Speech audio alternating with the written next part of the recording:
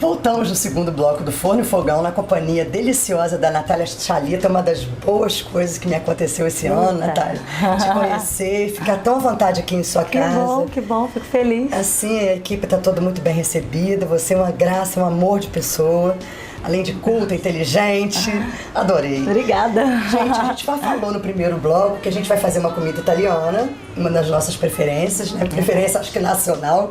Quase todo mundo gosta muito de risoto. E eu vou dar uma dica que a gente já falou algumas vezes no nosso programa, mas não custa repetir, que é o nosso caldo de legumes. Nós sabemos, o caldo de legumes é o caldo, nós sabemos que é a base do risoto, né? O que dá todo aquele sabor, porque ele agrega o arroz ao sabor que você efetivamente vai dar ao nosso risoto. Não é isso? Se for de camarão, você vai fazer um caldo de camarão. Se for de frutos do mar, o caldo de frutos do mar. E assim por diante. Nós hoje fizemos um caldo básico de legumes. E a gente usou para ele o famoso mirapoá, que é aquela misturinha que vai salsão, cebola, cenoura. E eu, para dar um pouquinho mais de sabor, Natália, eu coloquei uma folhinha de louro. Desse caldo que a gente cozinhou esses legumes, nós obtivemos essa misturinha, certo? Mas a Natália, quando ela tá sem tempo, o que você faz, Natália? Então, você faz gente, isso aqui quando tá com tempo. Não é sempre que a gente pode fazer o caldo com o legume mesmo. Então tem aqueles caldinhos prontos de legume que a gente compra, né? Que eu acho que também, dependendo do sabor que você vai fazer o seu risoto, ele funciona muito bem, é muito prático e dá certo. Pode fazer que dá certo. Você às vezes chega em casa do trabalho, resolve fazer um risoto, não tem, né, todos os ingredientes para fazer o caldo de legume. Você abre mão do seu caldinho comprado pronto, que não tem problema nenhum. Sim, não, e fica final bom. De semana também. E fica bom. Bem, assim fica melhor, mas a gente já mostrou e agora a Natália vai efetivamente começar a fazer o arroz. Então vamos lá. A gente já tá com o fogo aceso, né? Vou colocar um pouco de manteiga, né, Natália? Isso. Natália, se a alça estiver assim quente, você pode daqui colocar... Daqui a pouco eu uso, tá tranquilo. Então eu boto a manteiga e coloco a cebola até ela ficar transparente. Eu não deixo a cebola cozinhar tanto. Certo. Como o fogo já estava ligado, gente, ficou um pouquinho... Deu uma coloradinha. Deu uma coloradinha. A gente já vai colocar o arroz imediatamente. Pode colocar. A Natália usa a medida, né, Natália? Como é que é mesmo? Eu uso um punhado de arroz por pessoa, tá? Como que é? Um punhado de arroz por pessoa. Então, se são 2 pessoas, eu boto 2 punhados de arroz. Hoje nós somos 1, 2, 3, 4, Hoje nós somos mais pessoas. Então, a gente já fez a medida aqui, já colocamos tudo aqui, né?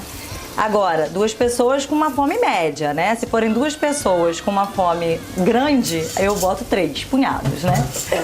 Eu geralmente coloco 1,5 punhado, sim, porque eu acho que o risoto é um prato que agrada tanto que a gente usa muito. Bem, todos conhecem já a história do risoto, né? Que você tem uma certa história, uma tradição italiana que diz que o risoto não espera o convidado espera o risoto. Afinal de contas, é um prato que leva em média de 12 a 15 minutos para ficar pronto, desde que você já deixa seu pré-preparo todo elaborado, como é o caso aqui, né? Já deixamos tudo picadinho, tudo separado. E o vinho branco seco, né, Natália? O vinho branco, ele é fundamental, né? E a gente coloca mais ou menos 250 ml de vinho branco. O equivalente, gente, é mais ou menos 1 xícara, tá? De vinho branco. Isso. Eu costumo dizer no programa que o vinho branco seco, tá? Porque muitas vezes dá preguiça, a pessoa vai no supermercado, não acha, tá disponível o demi-sec ou meio doce. Não é o caso aqui, tá, gente? Vamos procurar usar vinho branco seco toda vez que for fazer receita. Porque para risoto ou outras receitas. Altera o sabor, né? Altera o sabor. E depois que você coloca o meio doce, gente, nunca mais você pode encher de sal, nunca mais você consegue o efeito. Bom, é muito importante, na hora que a gente coloca o vinho, mexer sem parar até ele evaporar. Pelo menos é assim que eu faço, viu, Ney? Já até enquanto tá com o vinhozinho aqui, eu vou mexendo até evaporar. A gente vai sentir aquele cheirinho do álcool. E quando ele começa a evaporar, aí sim eu começo a colocar o caldo de legumes. Você faz dessa maneira? O vinho tem que evaporar e a mais importante da qualidade da colocação do vinho na receita do risoto é que ele libera realmente o amido que contém nesse arroz. Vale lembrar que o arroz para risoto são usados o arroz arbóreo e o carnaroli, que são os mais comuns. O arbóreo ele tem um grão um pouco menor e o carnaroli um grão mais robusto. O tempo de cozimento é mais ou menos o mesmo, tá? Vale lembrar que a gente está usando o arbóreo e tudo que a Natália falou realmente é verdade. Misturar até que evapore. Isso, evaporou, agora a gente começa a usar o caldo de legumes. Pouco a pouco. Sempre em pequena quantidade, mexe. À medida que vai secando, a gente vai colocando mais e mais. Um foguinho de médio a baixo para o arroz não cozinhar muito rápido, né? E o ponto ficar como a gente gosta, né? Al dente. Porém cremoso. Exatamente. Vale lembrar que a cada adição do caldo, o caldo tem que estar em alta temperatura, ok? Sempre você vai usar 2 panelas para você efetivamente fazer o seu risoto. Uma panela com caldo quente e a outra panela onde você está realmente misturando o seu arroz e fazendo o seu risoto, certo? Então, essa é a grande, sim, digamos, não pode deixar de ser. Né, o caldo quente, o arroz aqui, você sente o arroz pegando no fundo da panela, você sente que ele está pedindo hidratação. E aí, nesse momento, você repõe o caldo e vai hidratando o seu arroz até ele atingir o ponto que ela falou. Isso aí. Al dente. Al dente, cremoso. Mostra para o câmera aqui como é que tá bem cremosinho. Levanta assim um pouquinho para ver. Cremoso. Dá para ver, né? Cozido. Isso. Úmido. E agora a gente vai botar o quê? A maçã? Agora eu coloco a maçã verde ainda com o fogo ligado. Tá, eu vou escorrer um pouquinho aqui, porque a gente botou, sabe o que, gente? Aquela aguinha com limão para que a maçã não escurecesse. Isso. Então é só escorrer. Pode botar toda. A gente vai usar 2 maçãs, tá? Cortadinho em cubinhos. Isso. Eu adorei essa combinação, viu? Fica uma delícia. Maravilhosa. Fica uma delícia porque a maçã verde ela tem um frescor e a cremosidade do gorgonzola com o crequezinho da maçã, com o crocante, fica muito gostoso. A gente sai um pouco do convencional, né? Bom. Agora a gente pode desligar o fogo e colocar o gorgonzola. Passa pra mim uma colher, Neide. Vou pegar uma colher aqui. Isso. O gorgonzola eu uso uma parte dele amassadinho. Isso eu também gostei. Isso. Uma parte nós amassamos com garfo. Isso, para ele poder... E a outra parte eu deixei em cubinhos. Exatamente. Ele agregou bem aí.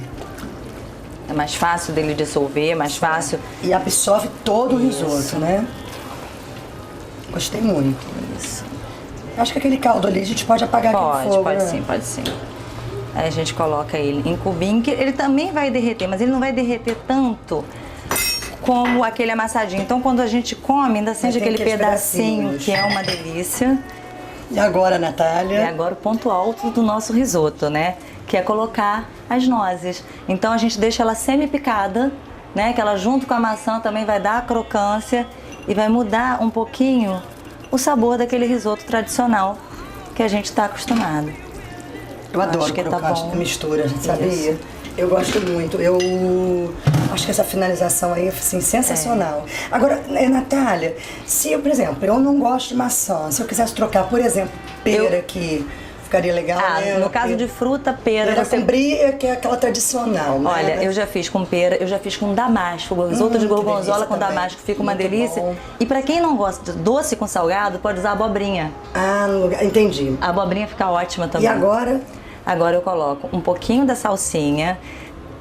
Quem não gosta da salsinha misturada, pode colocar a salsinha só em cima para finalizar. É porque eu gosto muito de salsinha. Então adoro aqui em casa eu sempre coloco um pouquinho de salsinha, que eu acho que dá um toque, dá um sabor. Maravilhoso. E agora, para finalizar, a manteiga. Uma colher de manteiga para promover cremosidade, sabor e brilho no seu risoto. Finalizando. E vamos comer, né? Já tô assim, morrendo de vontade. Gente, nós estamos encerrando esse segundo bloco do Forno e Fogão. Voltamos no terceiro bloco fazendo as cestinhas de parmesão pra gente poder servir esse risoto na cestinha de parmesão. Delícia. Daqui a pouquinho e a gente já tá voltando aqui com a companhia da Natália, fazendo esse risoto delicioso pra você.